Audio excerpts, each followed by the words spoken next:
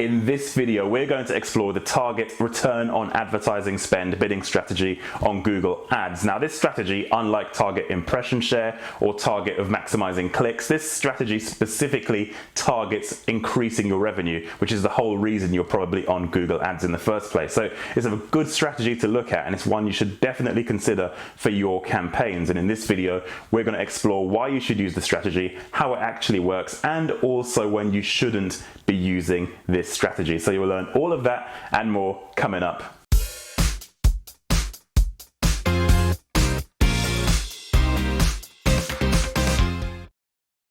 Hey guys, Darren Taylor of thebigmarketer.com here, and my job is to make you a better marketer. Now, if that sounds up your street, you should consider subscribing to my channel. And in this video, we are exploring the target return on advertising spend, sometimes referred to as target ROAS, bidding strategy on Google Ads. So a good place to start would obviously be to look at what the actual strategy is. What does it entail and what is it trying to do? Well, the target return on advertising spend strategy is essentially exactly what it says. Google is essentially trying to attain a specific return on your advertising spend. So at the very point of the auction, what Google is going to do with your keyword bids is increase or decrease them in real time, depending on whether or not Google's algorithms and technologies and AI actually thinks whether or not you'd actually attain your target return on advertising spend. So for example, a keyword in your campaign is very high converting, Google will push bids up because that could contribute to a great return on your advertising spend. But conversely,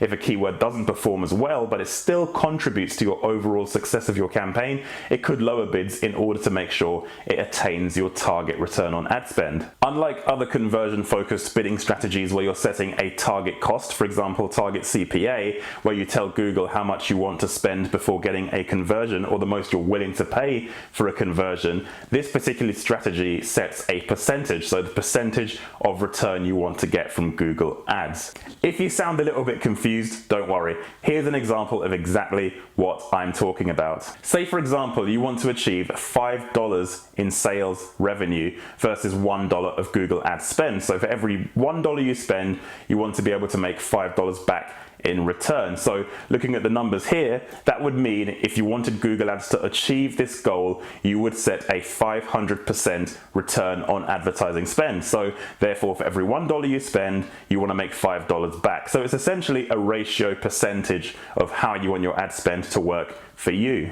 So if you wanted to work this into a real life example, say for example your campaign spends $8,000 per month. That means in a given month you would want Google to bring in $40,000 worth of ad revenue. So you can definitely see why this is a good strategy to use, because essentially you're trying to guarantee yourself success from your Google Ads campaigns. It's not about generating leads, which, you know, conversions take place after the fact when you get a lead into your business because somebody might need to make a sale, whereas a target return on advertising spend, Google knows a sale has taken place and you're telling Google to make your business profitable, which can definitely be a very good thing for you, right? Well, like anything in Google Ads, that depends. Now, of course, you have to have a conversion value set at your campaign's conversions in order for you to use this strategy. If you don't have a conversion value, Google has nothing to work with. So when you look at the types of campaign that this works really well with, it's obviously businesses where a sale takes place online. Now, e-commerce campaigns with Google Shopping works really well with return on advertising spend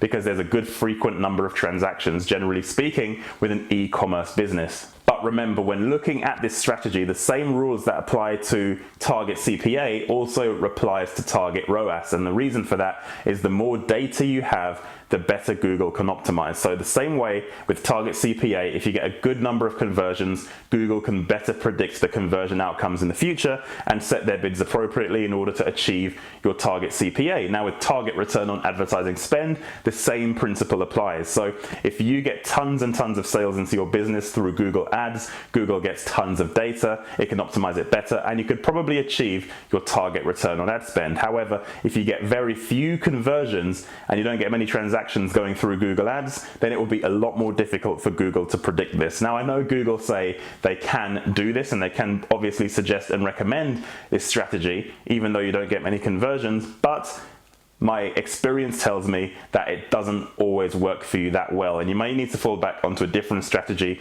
if you're not getting enough data.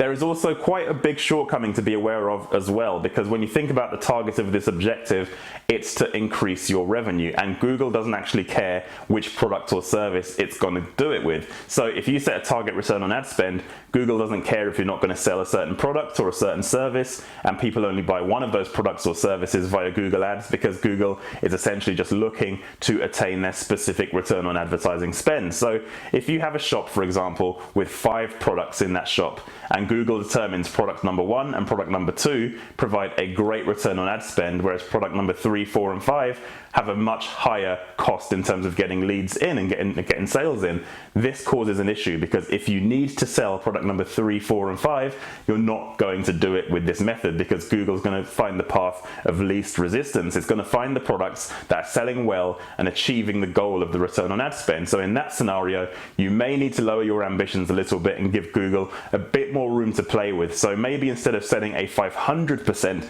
return on ad spend, maybe you set a 300% return on ad spend, and either way it's going to make your campaigns profitable, but it gives Google a lot more to work with, and it means your product lines that are more expensive to sell or more difficult to sell also get a bit of a say on Google Ads as well. And while we're on the subject of setting a sensible return on ad spend, don't expect to go to Google and just put in a 900% return on advertising spend and expect it to work and expect it just to happen. You've got to look at your campaign data, look at historically what you've been doing, look at your other channels, look at what's realistic for Google to achieve, because if you set it too high, Google is going to be too scared to push the bids up, because it's very aware it needs to achieve a certain ratio of spend to sales. And if you do that and push Google too hard, then your campaign will stall, because Google will be way too scared. So make sure you set a sensible return on advertising spend, and if you want to increment it and increase it and see what happens, then by all means go with that strategy. Don't go start at the top,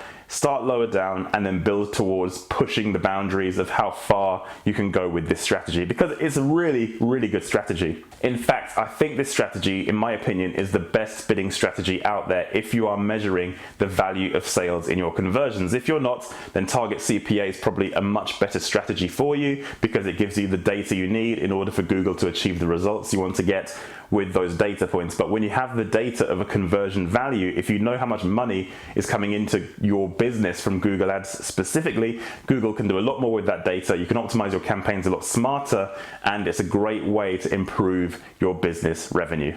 Thank you guys so much for watching this video. If you liked it, leave me a like below. Let me know in the comments if you're planning to use target return on advertising spend as your bidding strategy. I'll be more than happy to discuss it with you in the comments. I reply to pretty much every comment I get, so feel free to hit me up below. More important than that, don't forget to check out the other content across my channel. Loads of digital marketing tips for you there. Don't forget to subscribe, and I'll see you guys on my next video.